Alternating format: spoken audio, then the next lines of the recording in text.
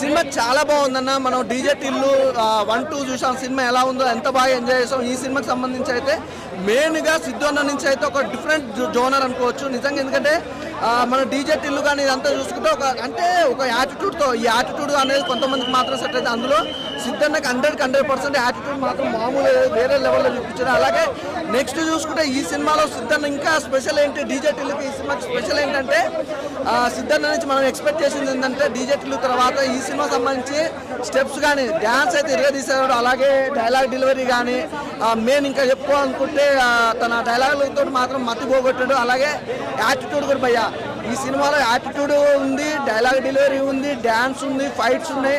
అలాగే వేరే level love scenes కూడా చాలా బాగున్నాయి. అంటే లవ్ ట్రాక్ కూడా ఎంతవరకు ఉండాలో అంతవరకు లవ్ ట్రాక్ ఉంచడం లేదు భయ్య. నాకు ఫస్ట్ హాఫ్ ఎలా అనిపించిందో సెకండ్ హాఫ్ కూడా అంతే. అంటే ఒకే లెవెల్లో వెళ్ళిపోయింది సినిమా. అంటే ఫస్ట్ హాఫ్ హైలైట్ ఉంది, సెకండ్ హాఫ్ తగ్గడం అనేది అయితే నాకు ఎక్కడా అనిపించలేదు. అలాగే ఒక మామూలు కొన్ని సినిమాలు చూసుకుంటే ఫస్ట్ హాఫ్ అన్న బాగుంటుంది, సెకండ్ హాఫ్ అన్న బాగుంటుంది, కానీ నాకు ఇది మొత్తం ఒకే లెవెల్లో వెళ్ళిపోయింది అనిపించింది సినిమా. అలాగే ప్రొడక్షన్ వాల్యూస్ కూడా చాలా బాగున్నాయి భయ్య. సినిమాకి సంబంధించి అయితే బ్యాక్గ్రౌండ్ మ్యూజిక్ గురించి వేరే లెవెల్లో తీసుకెళ్ళచ్చు.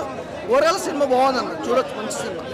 మా సత్యం 24 ఫ్రేమ్స్ ఛానల్ని సబ్స్క్రైబ్ చేసుకుని బెల్ ఐకాన్ని యాక్టివేట్ చేసి లైక్ చేయగలరు, షేర్ చేయగలరు.